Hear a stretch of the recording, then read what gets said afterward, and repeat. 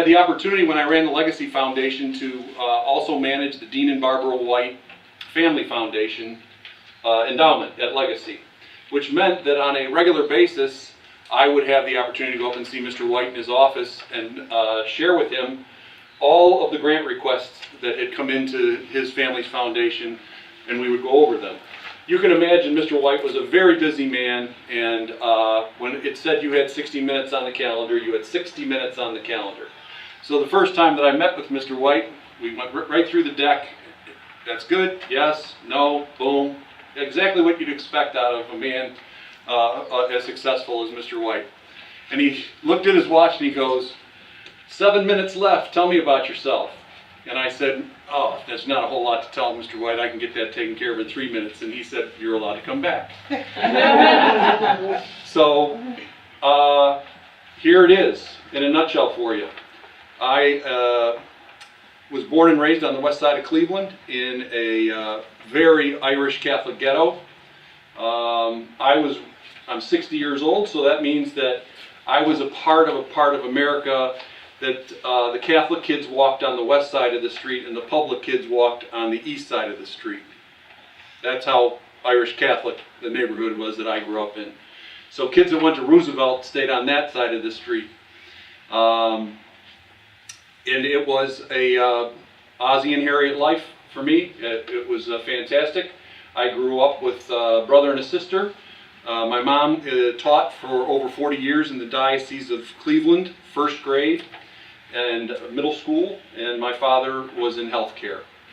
And the first little snapshot of my life is that I witnessed two things from my parents. Number one was work ethic. You work as hard as you possibly can every day. You use God's given talents to maximize your imprint on mankind. That was very clear and evident in my entire life. I remember as a kindergartner sitting at the dining room table, and my mother would be at one end and she was working on her master's thesis, and at the other end my father was working on his master's thesis. So the second thing that came out of my life was that education was a very important part of your ability to, in fact, fulfill God's talents for you. Time moves along, and my father says to me as I'm walking out the door, what do you want to do with your life? And I said, you know, Dad, from fourth grade on, I always knew I wanted to be a teacher and a coach. I just had profound imprint on my life from the men that coached me in CYO, basketball and football and baseball. And I went off to the University of Dayton, and I knew that I wanted to be a teacher and a coach, and that's what I did. I graduated from the University of Dayton with a national certification, licensed K through 12 social studies. And I walked out of the University of Dayton, and I was one of those lucky guys, and I walked right into a school and got a job teaching sophomores American history, coaching football and basketball. It was the ultimate dream for me to be able to do that. And for the better part of a decade, I taught and coached, and it was great. Yeah, but there was a little voice in the back of my head that said, you know, you should run the world. And if I can say this in a room full of women, men think they can rule the world when we know that women rule the world. And I said, I'm going to go get my master's degree in education administration. And that's what I did. I went to Cleveland State University. I got my master's degree in education. And I left the classroom and I made that move over to the administration side. So really from a leadership perspective, other than coaching, right? Coaching is very synonymous with leading. I moved over to administration and to the leading side. And sure enough, slow but sure, I moved myself up the ranks and I became the vice president of a large Catholic institution in Cleveland, St. Ignatius High School. Been around for 140 years, 1,300 boys, all male institution. Testosterone swam real hard in that building every day, right? And so you develop a leadership style in 1,300 males that's a little different than if it had been a co-ed environment. The Jesuit order ran St. Ignatius High School. The Jesuits are a Catholic order of priests, and St. Ignatius High School is kind of the flagship of their high schools. And I knew that I didn't wear a Roman collar and I was not going to be the president. So it came time for me to make my first decision in terms of leading. What will I do now to build my toolbox to become a better leader? And I decided that headmasters of schools, which is what my vision board said I was supposed to do, needed to know how to run a capital campaign. I needed to really figure out how to beg for a living. And I went to work for a national fundraising firm, CCS, Community Counseling Service. Huge firm. And for the better part of 3.5 years, I went out as the hired gun. And I raised a lot of money. I raised money for new gyms at schools. I raised $10 million for the Golf Course Superintendents of America to stamp out creeping fescue and greens. I raised $1 million for a parish in Detroit. That was a tough campaign. Nobody wants their name on bad debt. Lots of people want their name on a gym. Not a lot of people want their name on bad debt. So I kind of ran the good race in terms of that, and the opportunity for me to become the president of a school showed itself, and that's what I had wanted to do. I went to become the president of the schools of St. Benedict in Chicago, and had a good run at that institution. I don't want to be too maudlin, and it's a quick part of the story. My wife was ill and succumbed to cancer, and I had been the caregiver for her, and between running 3 boards and the caregiver aspect of my life at the time, I needed a break. So I stepped away from running the school, and I think that's probably the second kind of lesson that you learn as a leader, is that sometimes what you want is not always best for you. It's best sometimes for you to, in fact, step away from those things and to listen to the higher voice. I left there and I went to work for a small group of missionary priests, the Claretian order. And the Claretians are 300 missionary priests around the world, and they have 2 things that I ran. Interestingly enough, they are the largest direct mail file in America. If you send them a check, you will be solicited for the rest of your life by the National Shrine of St. Jude. They run the National Shrine of St. Jude. The ministry that I ran for them, other than the National Shrine of St. Jude, was a publishing house. They were a niche publishing organization. So we published U.S. Catholic Magazine, we published bilingually, the third lesson that I learned as a leader came in that environment, and that was an environment where I should have left earlier than I did. My ego came back to haunt me, in that I said, I can turn this place around, I can run this place, I can get this done, when in fact it was not the place for me. And I think that's the next lesson you kind of pick up on as you move through life, and especially as a leader. Don't stay someplace that you're not happy and think you're going to become happy by turning it around. It's not a formula for success. I left there and went to work for the Boys and Girls Club of Chicago, and then what every fundraiser wants in their life, the opportunity to run a foundation presented itself. And when you beg for a living, you dream at night of being the person that in fact gets to hand out the checks instead of asking all the time. And that's what brought me to the region. I came to the region having no knowledge of Northwest Indiana whatsoever, other than I drove through it to get to Cleveland. And I'm not alone in that. There's a lot of people that the only thing they know about the region is the toll road. And I fell in love with the region. I fell in love with the region for lots of reasons. Campania Academy is one of them. I had the great pleasure and benefit of coming to work with Elena and her team and her board, and to see the significance of a leader who believes in their mission, and in fact, with all great skill and aplomb, will in fact make sure that the mission is achieved through financial responsibility and constituent sensitivity, and that's what Elena does. So I think that kind of the next thing on my 3x5 card for you is great leaders, in my opinion, manage using 3 guiding principles. They make all of their decisions based on mission, not on a whim, not on a phone call from a board member, not on reading a newspaper clipping when you're on vacation. Everything is mission driven. Number 2, you're constituent sensitive. You listen to everybody. You listen to your staff. You listen to your donors. You listen to your clients. You listen to your neighbors. You listen to the city councilman. You listen to all of your constituencies. And the last thing is the only way you're going to get future gifts is if in fact you can prove that you are a steward of all gifts. Those are the 3 guiding principles. So if any of you have grandiose ideas to in fact run your own clinic someday, I would suggest that you use those 3 guiding principles. I left Legacy because I thought God had called me to go back into doing what I was trained to do, which was run Catholic schools.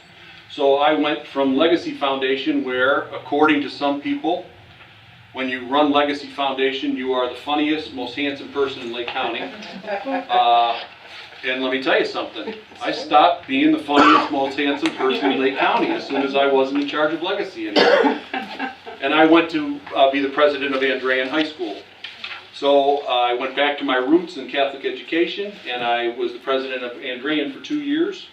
And once again, I had learned not to spend 6 years at a place when that the fit wasn't there. And I moved on, and now I have the great pleasure of working with the South Shore Leadership Center. So that's it. I have 6 grandchildren and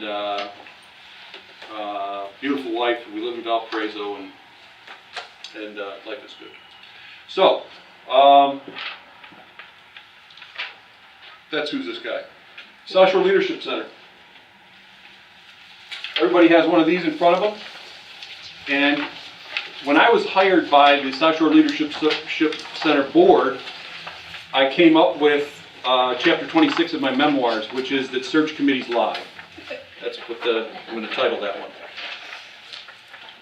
They said the day that I was hired, you know all that stuff we talked about last week? We want you to blow it all up. And that's what happened. So the first great thing that happened for the South Shore, any L&I alums in here? That's it. And me.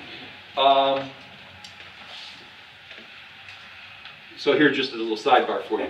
The same thing that created the Community Foundations of Indiana, Lily, created the leadership movement. There are 4,000 leadership chapters around America. And Lily in 1992 decided, in their wisdom, to say, number one, we don't want to make decisions for Greene County and Lake County and Porter County. We're going to let you make those decisions, and you're going to be able to do that through a phased funding approach. And that's what happened. The community foundations grew. Indiana is the most philanthropic state in the Union.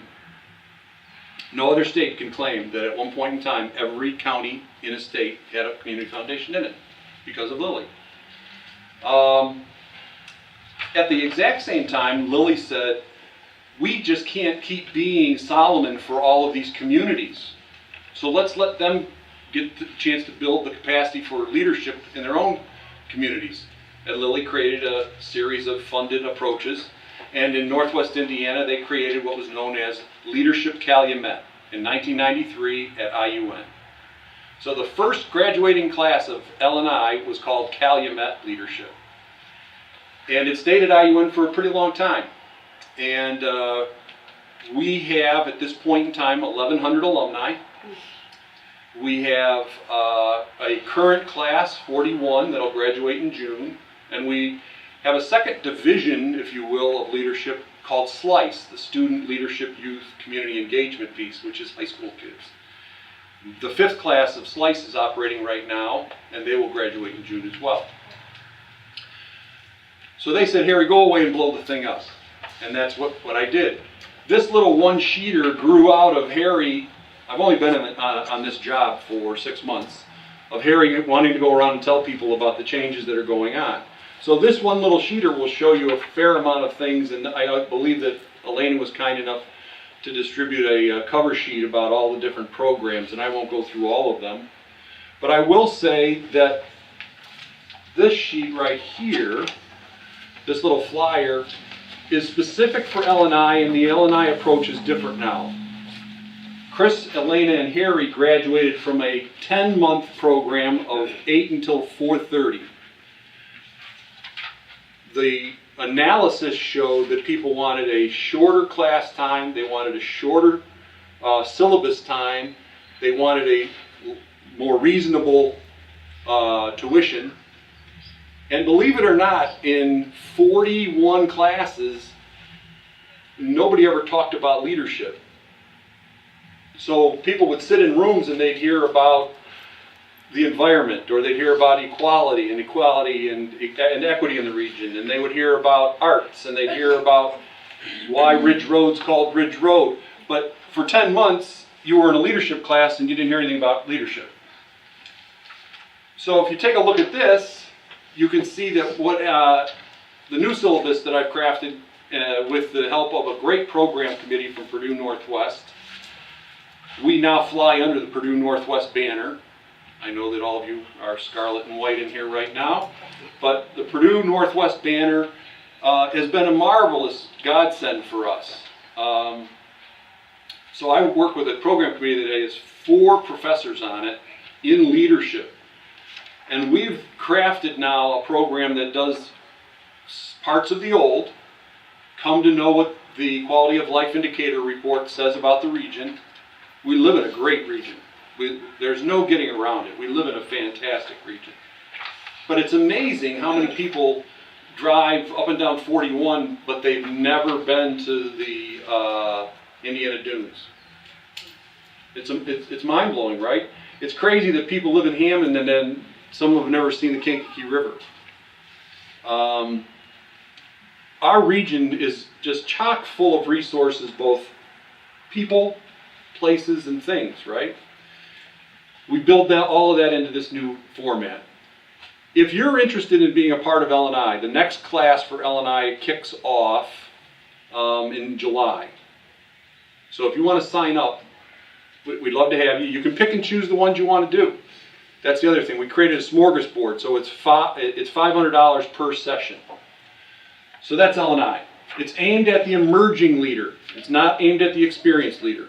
It's aimed at the emerging leader. The other parts of the program are on the sheet in front of you. I stole something that I created at Legacy Foundation, and that was the Philanthropy Roundtable. So Legacy runs now a coffee on every other off month. And in collaboration with them now, we run a 45-minute clinic on the off month. So you can come in and you can see there's topics that we would love leaders to have: strategic planning, conflict resolution, stating your case, things like that.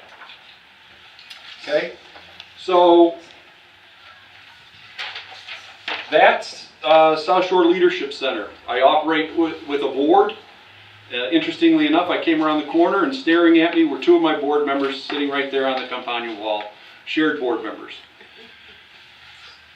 One of the things that you would hope get out of the L&I program are the 4 principles that we use. And those 4 principles are baked into all of our classes. The first of those is that you will become informed about the region. We use the Quality of Life Indicator report as our syllabus. The second thing that we hope that you would be able to do is network. We live in Mayberry. We want you to get to know people. We want you to be able to say, oh wow, I remember seeing Bill Hanna from RDA talk to us about the importance of the train. And you can walk up to Bill Hanna and talk to him about that. Number 3 is we want you to build your leadership toolbox.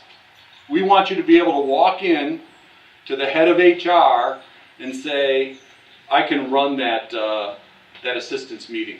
I feel good about that. You don't have to. You go and know that I'm going to take that from now on. We want you to be an empowered leader. And then the 4th principle that we want you to walk out with is a sense of a call to action. That at some point in time in your time with the group, you say to yourself, you know what? The thing that I constantly hear about that's keeping us in the back seat is race. And I've just had it.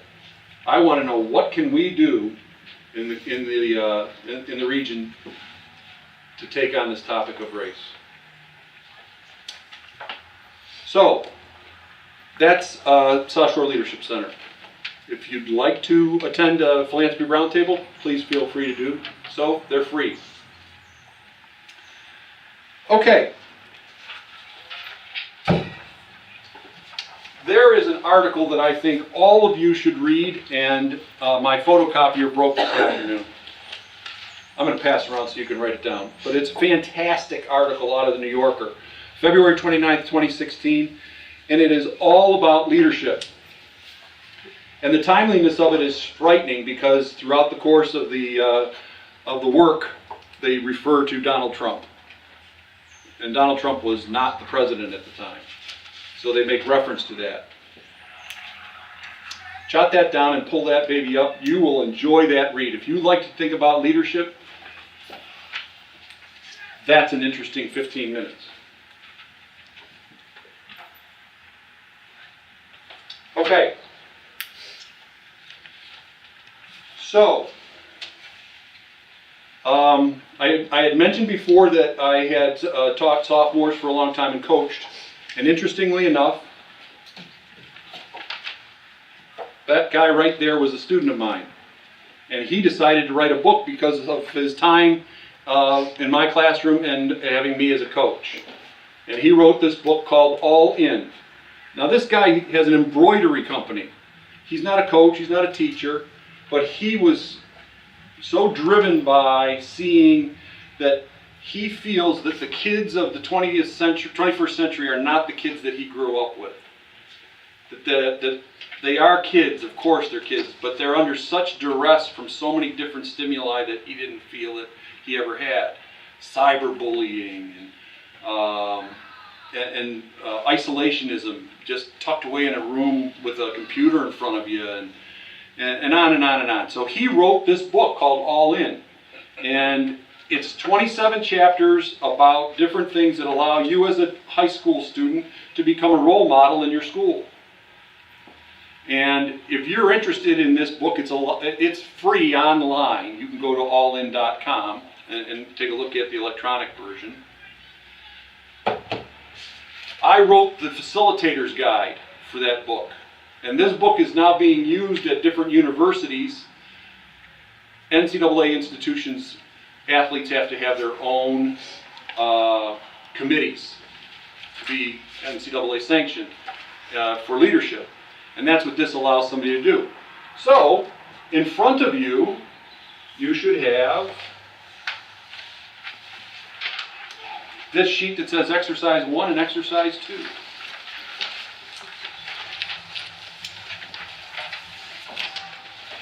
They're right out of the facilitator's guide. And I share them with you now because we're going to kind of fall into the Harry, random thoughts of Harry, right? The old Stuart Smiley Saturday Night Live, my random thoughts now will start to appear for you. The most important part of a leader is a leader who knows themselves. You are not capable of leading others unless you are confident with who you are. That is chiseled in stone in my book. So there's oftentimes when you have to say to yourself, I don't want to be delusional. I don't want to look in the mirror every morning and tell myself that, I am, in fact, all of these things, when maybe I should run a quick check on myself, right? Maybe I should make sure I set my compass this morning in the right methodology.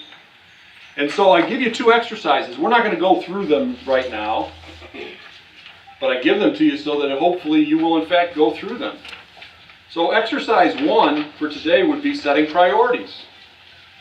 As a leader, you are going to be expected to speak to people. Are you a good public speaker?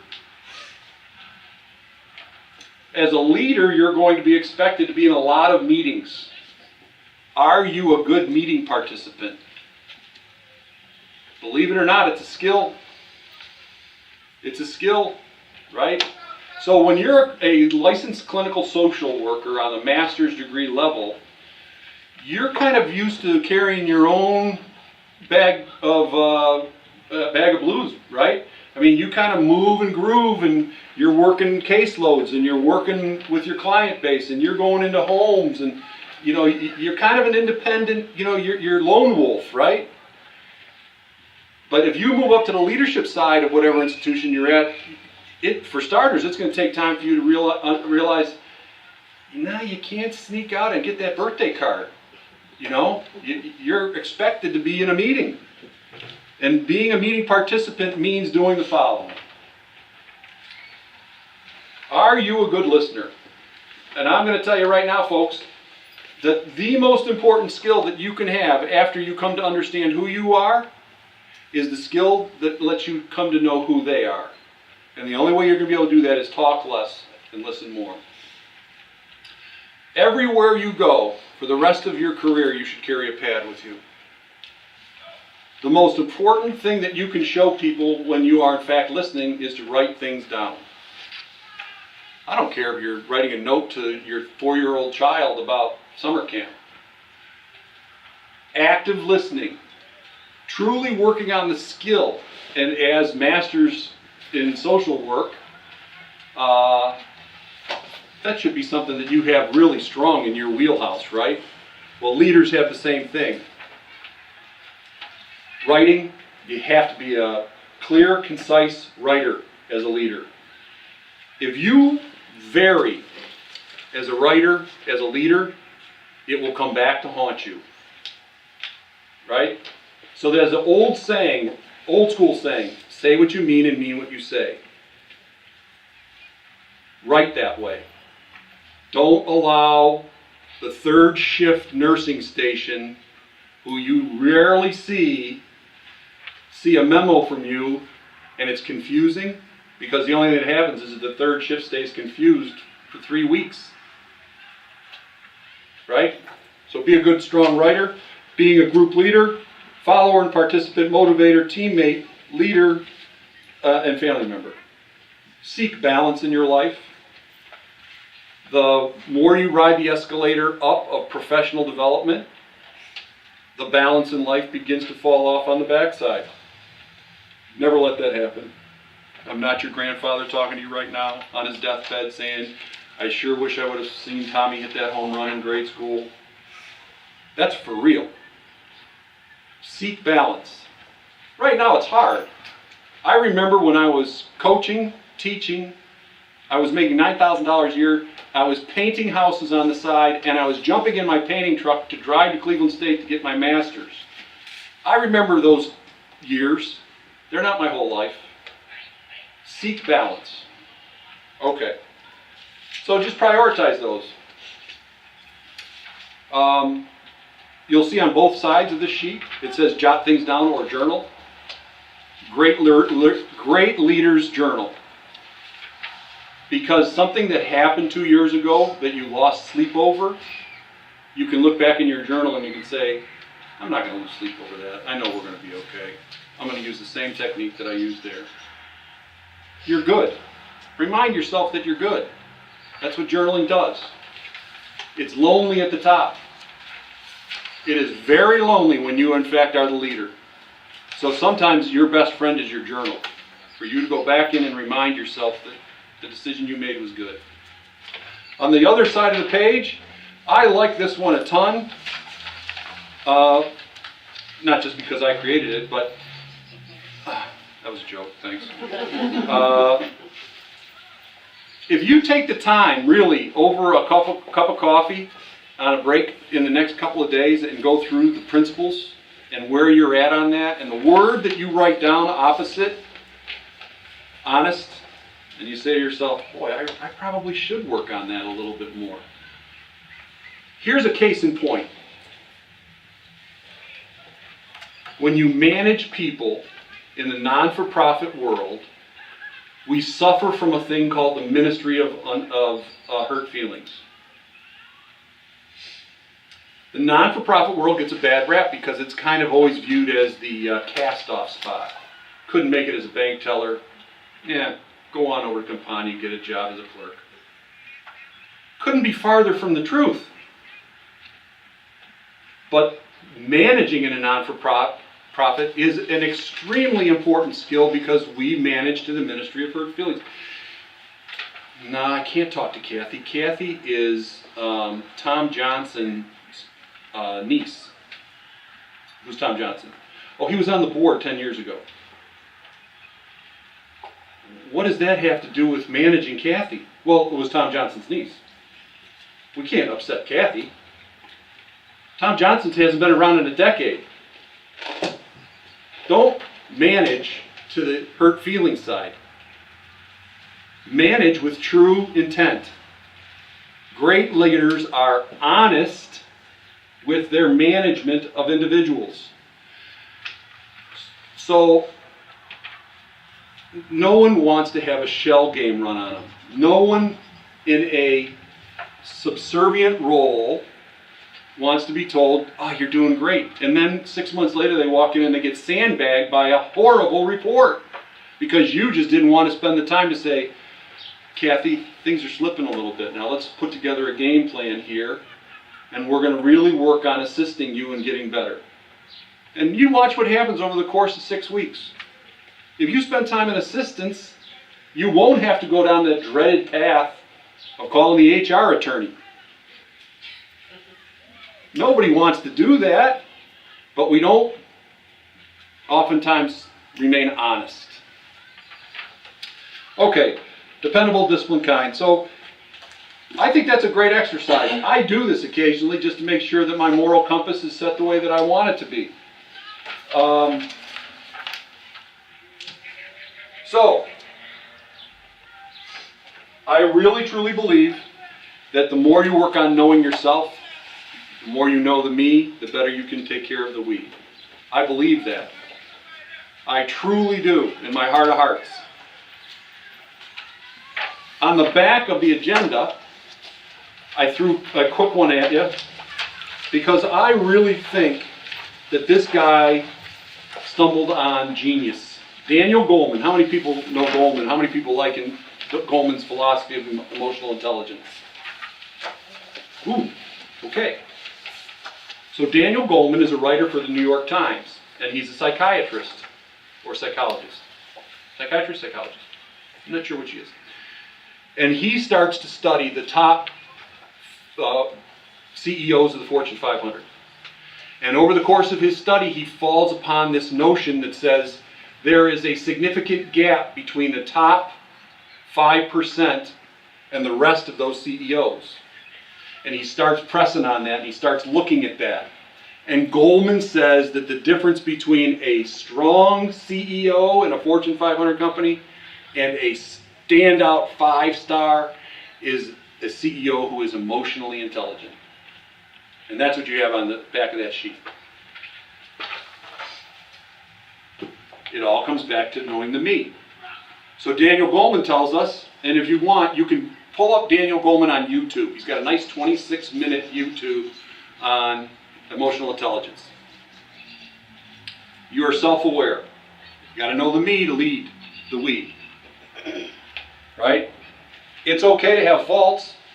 Work with a coach. Work with a peer on building them up. Self-awareness. Number 2, self-management. You have to remember that every single person who lies below you on the org chart looks up at you.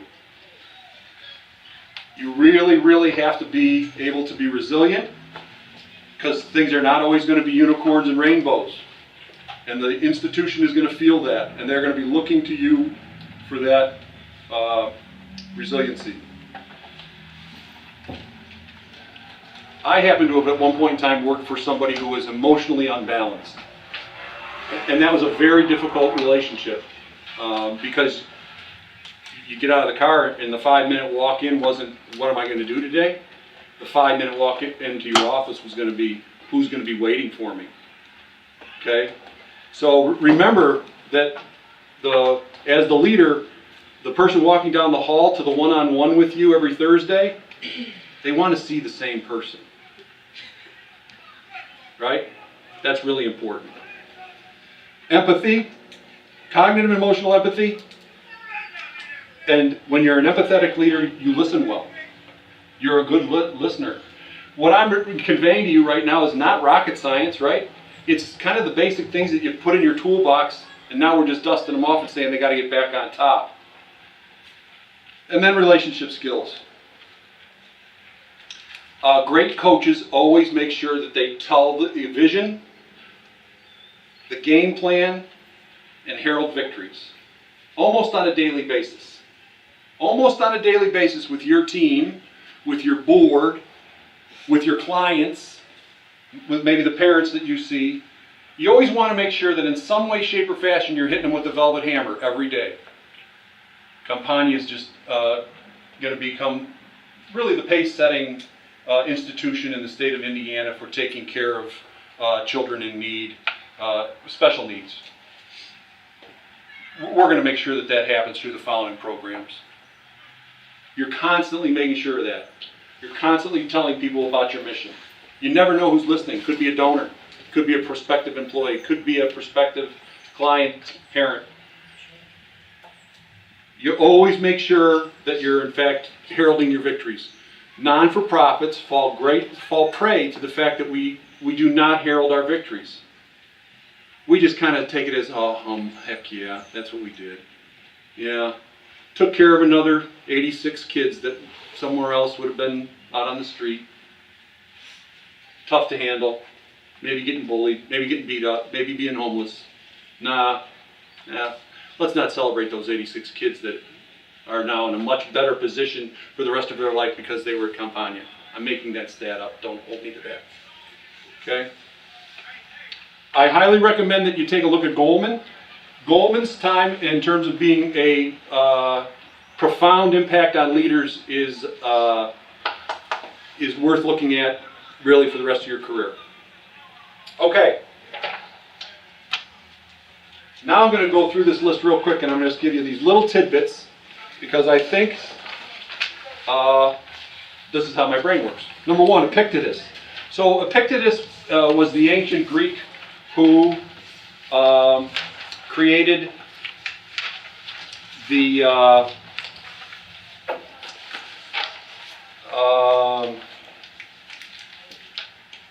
I'm drawing a blank. Unbelievable. See, that's a sign of being old. Oh, yeah, got it. So Epictetus created the Stoicism movement. The Stoics, right? You've all heard that phrase in your life. You know, get a little bit more stoic, will you? Stop crying. It'll be all right.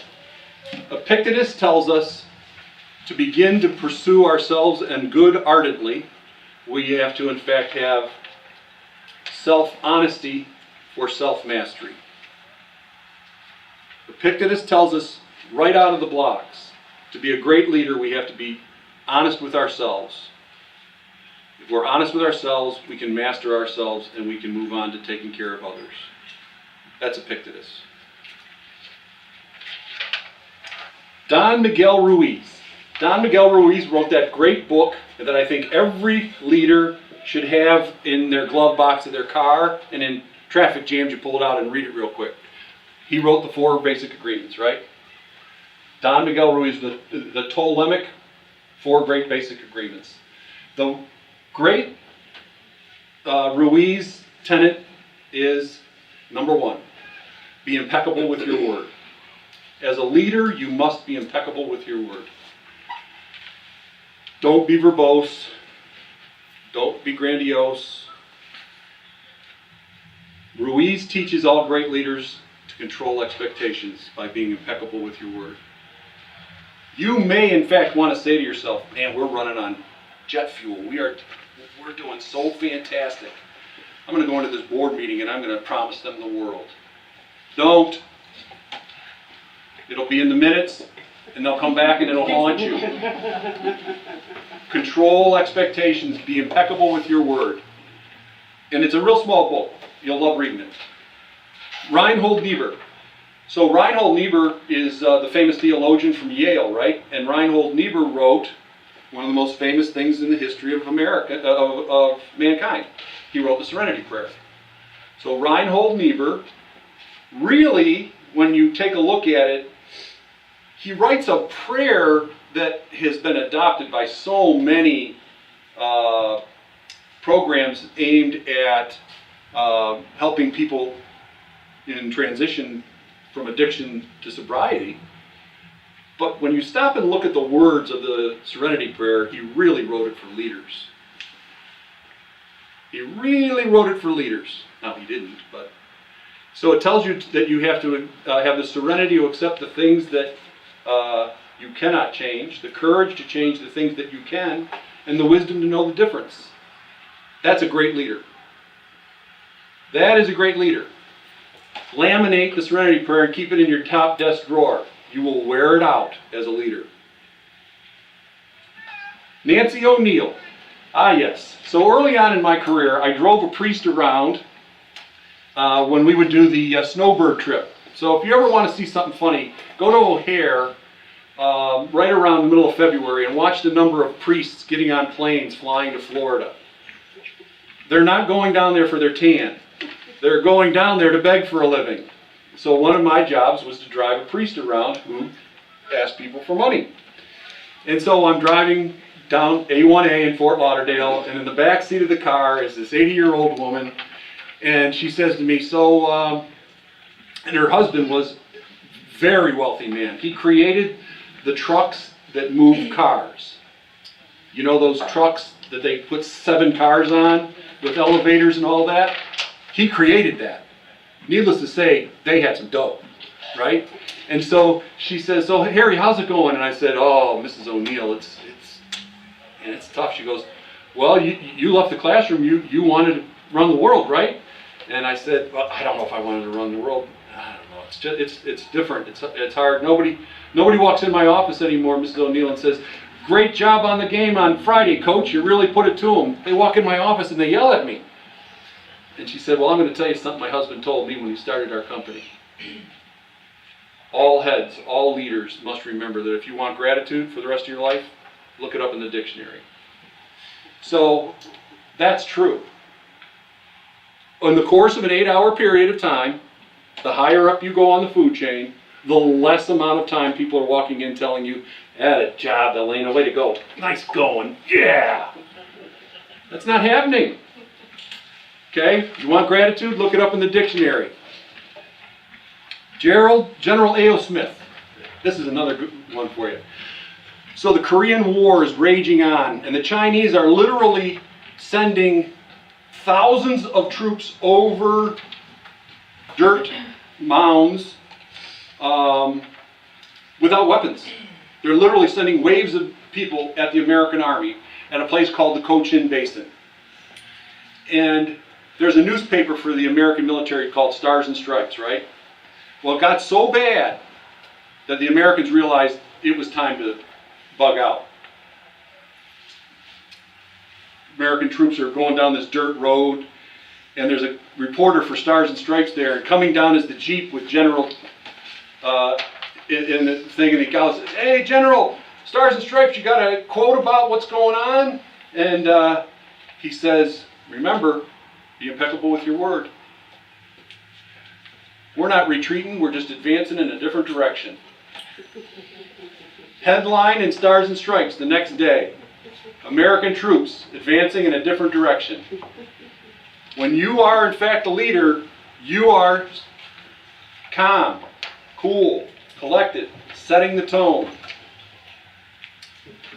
John F. Kennedy and Ronald Reagan couldn't have two opposite ends of the spectrum with regard to American presidents, but they both believed in one thing, and they believed in surrounding themselves with the best and the brightest. And I will tell you, if you are a leader, you should make sure that every time you get a chance to make a hire on your team, you make a hire of someone who's smarter and better in that job than you are. You really will benefit from having a team that is phenomenal cerebral presence. People that bring a lot of thought power to the table are who you want at your table. You don't want yes men or yes women. Yes people. Right?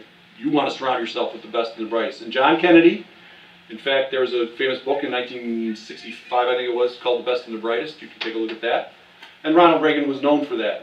Ronald Reagan was known for being the president who made movies with a monkey but still took America to the next level. The 3 P's: create 6 plates. So, every single thing that you do in your leadership role moving forward will fall into 3 categories. You will make decisions with regard to programs, products, and people. You as a great leader must understand that the decisions you make are always going to be impacting program, product, and people. Don't concentrate on the nice ones, concentrate on the musts. So for those of you old enough to remember Ed Sullivan, he used to have a guy on his show that was the plate spinner. He usually came after Tokujijo. And that guy would run around the stage and he would have 35 plates. Remember that guy? Okay. So look it up. He'd have this guy running around the stage and he'd get like 36 plates going, he'd turn and look to the audience, and that was the big finish, you know, blah, blah, blah. So Harvard Business School now tells us that you as a leader should never have more than 6 plates spinning. If you have a 7th, know that a plate's going to fall. You must prioritize your work. Nice tos, coulds, shoulds, musts. Don't spend time on nice tos. Spend time on musts. Do you want to know how Campania Academy has moved forward so fast institutionally in the last 6 years? It's because their CEO focuses on the musts. She works with her leadership team to focus on the musts, not the nice tos. Campania Academy 15 years ago focused on a lot of nice tos. And Campania Academy was going to close. Campania Academy, as we stand here today, is a robust institution that will continue to grow because the team focuses on the musts. So always concentrate on your musts and always make sure you have 6 plates, not 60. I don't know about you, but I knew that when I was a player, I really didn't like being yelled at in public. And I grew up in the 60s. So all the guys that were my coaches were veterans of the Korean War and World War II. They liked yelling. That was not the way I wanted to be coached. I don't think very many people in this room like being yelled at. So I think it's important for you all to remember that every chance you get to give credit where credit is due, you do it publicly. And every chance you get to coach on a course correction, you do it privately. And if it's something that really bothers you, make sure you are doing it in the right setting. But always do it privately. If you, in fact, are recognizing someone for all the good things that they've done, make sure you put a note in their file. If you are course correcting privately, make sure you put a note in their file. You can have both in the file, and that's okay. Put them in the file. The pursuit of knowledge is unending. Great leaders never stop learning. Great leaders are always up to speed with what the latest benchmarking is in their industry. I don't care who you are in this room, you should all belong to a professional association, and you should all have a membership to some form of a professional journal. You should make sure when you have your annual review with your boss that you build in 45 minutes per week of professional reading. That should be an expectation. You should close your door, put all your files away, and you should spend time reading. The pursuit of knowledge is unending, and great leaders never stop learning. And then the last thing that I'll finish with, great leaders, in my opinion, love. And I can't even begin to tell you how important it is in your chosen professions to keep that in mind. Because I know that you have very long days. I know that you have extremely stressful situations in your jobs. And if there's ever any kind of a situation that you really need to take yourself and put yourself in a parking lot for 5 minutes, you got to kind of remind yourself, number one, that you love yourself. Be good to yourself. Love yourself. Number two, love what you do. Don't do it. Don't do it just to pay the bills. You can go and find anything to pay the bills. But if you're going to use this as your avocation in life, your avocation, your chosen calling by God, love what you're chosen to do. And number three, love those who are around you. Your family, your clients, the people that you share cubicle central with. Love. It royally boils down to that. If you're not stroking out on those three things in terms of love, you might want to have a little sit down with yourself. Life's too short. Life is way too short. So I'll stop wandering around now. I hope you were able to put a couple of things in your toolbox that will help you become a better leader as you move down your chosen paths. And know that I appreciate all of the things that you do. You are the human treasure that makes the region great. So thank you very much for listening. And do we have time for any questions? Harry, can you repeat the question before you answer it, just so we have it on? No? Thank you.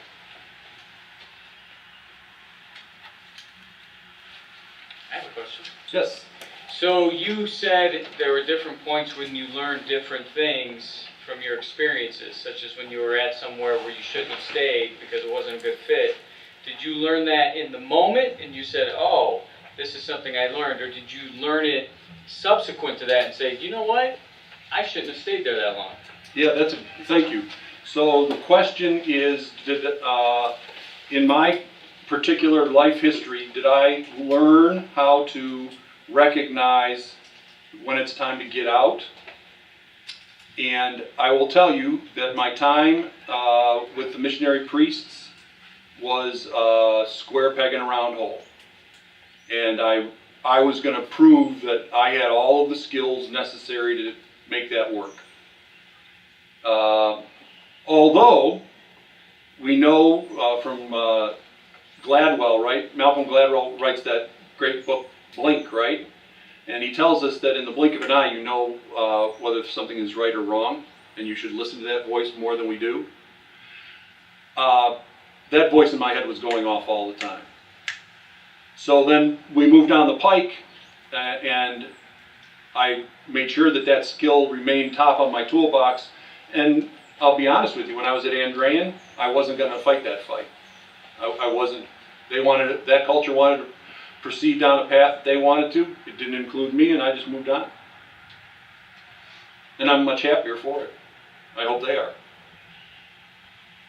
Yes? So I know how you talked about when you were younger, you knew that you wanted to be a teacher, and you knew that you wanted to be a coach. But did you know that you were going to end up in a leadership position somewhere down the path? Like, sure. Were you born with that instilled, or did you just kind of find that along the way? Yeah, that's interesting, right?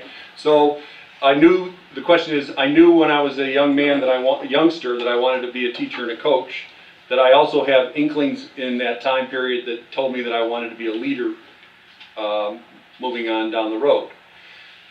So, you often hear that leaders are born and leaders can't be created. I don't believe that. West Point Academy wouldn't exist, right? Leadership wouldn't be a $2 trillion business in America. So once again, this is a lot of Harry coming out here, but that little ego, I liked being the captain of the safety patrol in 5th grade. So I liked leading then, right? Mm-hmm. I liked taking 8 people out, putting them at street corners and saying, make sure somebody doesn't get hit by the 52 Madison bus, right? So I think there was always something in there, and maybe it's being the oldest child of an oldest child of an oldest child. We can go down that path, but I think by nature of my personality, I would have led something. Even if it was, I would have been just a good leader in my family. You know, I think leadership finds itself in a lot of ways. Some of them is titular, some of it is practical, right?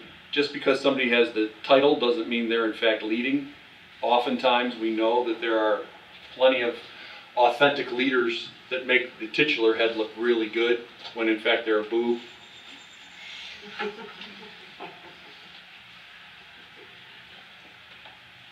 Yes? What would you say to those who don't feel like they're a natural born leader? It's not necessarily that I'm opposed to leading. I don't feel like I necessarily have the skills, and I feel like someone else could do it better. So Yeah. how would I guess, gain more confidence in the fact that I could eventually lead? Yeah, that's great. So, did you get that one? So the question kind of is, what if I don't feel like I am a natural, strong, born leader, and that someone else can do that? What should I do about that if I think I want to be a leader a little bit later on? There's a saying in leadership that says that those who don't think they can lead but have to lead, they'll fake it until they make it. So don't worry about it. Build your toolbox up. Work on journaling. Work on the things that you think in a prioritized fashion that you want to do. And realize you're not going to eat the whole bologna at one picnic, right? You're not going to become the CEO of a major institution. You're going to work your way up. You're going to find that sweet spot for you, right? You're going to find that area and then hone on those skills a little bit. Work on, maybe you become the division head at a hospital. I'm making that up. That'll mean that you're going to have to create a budget. That'll mean that you're going to have to make sure that 16 staff members have their annual reviews. That'll mean that you're interfacing with the executive team. You're going to learn a lot more things in your, put in your toolbox then. And then you start making those life decisions, right? We always have to make sure that there's points in time in our professional careers when we're going to zig or zag, right? So you kind of want to be prepared all the time for either the zig or the zag. Be cognizant of who you are. Be true to yourself. It'll work out. Call people. Talk to them. You have my email. During the course of your presentation, you've talked about your toolbox. What would you recommend for a supervisor starting out or a leader starting out as maybe some things that they probably should focus on initially in terms of building their toolbox? Sure.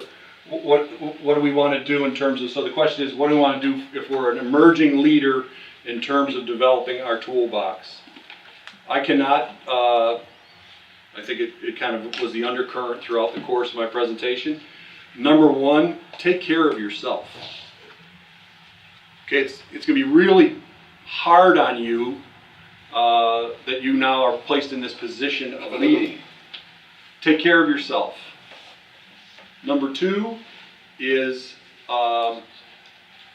listen more than you talk. You will find out far more things about what's going on in your department by listening than by talking. Ask the same 5 questions. I can tell you, I took over a publishing house and the only thing I knew about publishing was the Gutenberg Bible. Okay? It was the first publishing thing. Okay, so I'll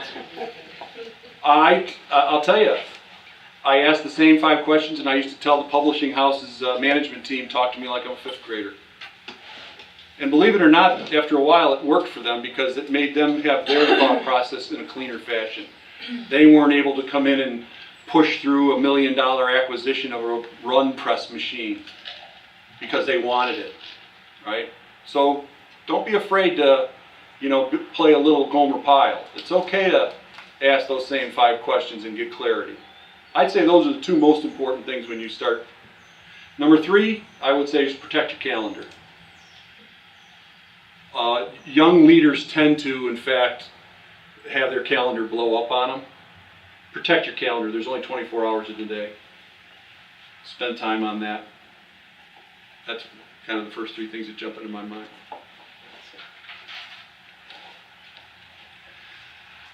I have a question. So we learn a lot about different leadership styles, right?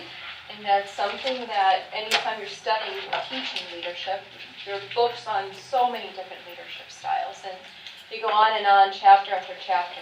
So what would you say to new supervisors or emerging leaders on how do you know at what point you need to start switching your management or your leadership style, I should say, depending on where you are, where the agency's at, who you're talking to, and you're not necessarily going to pull your book again and remember that definition of this specific leadership style, but you know there are many different types. Right. So how do you know to adapt yourself to be that leader that your followers need, but also that your agency needs? Yeah, that's kind of at the heart and soul of being a 21st century leader, right? So prior to World War II, leaders were viewed as authoritarian figures, right? It was really top down. It was really ivory tower. You look at the old style leadership books from Fortune 500 companies, and they'll have it down to the science in terms of what chair you were allowed to sit in the dining room, right? It's very authoritarian. World War II ends, and we begin to slide into the 60s and the Pepsi generation and the peace movement, and the authoritarian begins to turn it over a leaf then to really the more collaborative approach. I will tell you that there is no right or wrong, in my opinion. I would say that nobody responds to an authoritarian for longer than a month. And you're either going to leave or they're going to leave after a month. But you as a young leader, come to know yourself, know your strengths, play to them, find a mentor quickly who you can confide in. I would highly recommend that mentor not be in the institution you work at. That can come back to haunt you. I would suggest that you make sure that when you have one-on-one time with your boss, that you make sure that at least one part of the agenda is, I'd like to talk to you about the following 3 topics with regard to leadership. There's nothing wrong with asking your boss for insights into how you think a particular department should be run. Or I have a situation, the boss may say, well, that's why I hired you. And that's okay. You go away and you gather yourself up and you put your toolbox together. But be true to yourself. You're the one who has to get in bed with yourself at night and get out of bed and brush your teeth in the morning. You want to sleep all night. You don't want to be looking at the ceiling. Be true to yourself.